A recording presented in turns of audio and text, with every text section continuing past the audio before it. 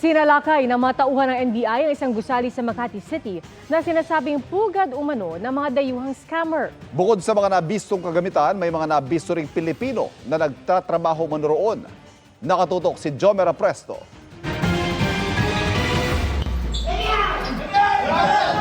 Sa bisa ng isang search warrant, sinalakay kagabi ng mga tauhan ng NBI Cybercrime Division ang gusaling ito sa Makati City.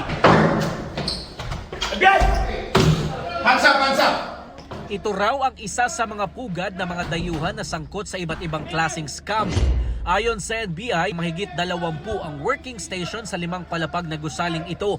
May mga kwarto rin na may mga nakasulat na couple room kung saan tumutuloy ang mga dayuhan na mayroong partner.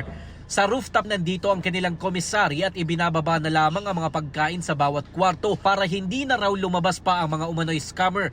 Bukod sa mga computer, SIM cards at cellphone, na-recover din ng NBI ang mga notebook kung saan nakalagay ang kanilang mga script depende sa uri ng scam.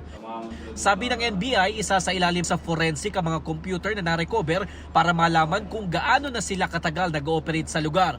Bukod sa mga dayuhan, meron ding mga Pilipino na nagtatrabaho dito. Iginiit nila na wala silang alam sa illegal na aktibidad. Kitchen helper lang po kami dito. Naghahatid po kami ng pagkain sa kwarto. Bawal po kami makialam. Pero may nakikita po kami mga computer. Dinala na sa tanggapan ng NBI ang mga nahuli. Para sa GMA Integrated News, Jomer Apresto, nakatutok 24 oras.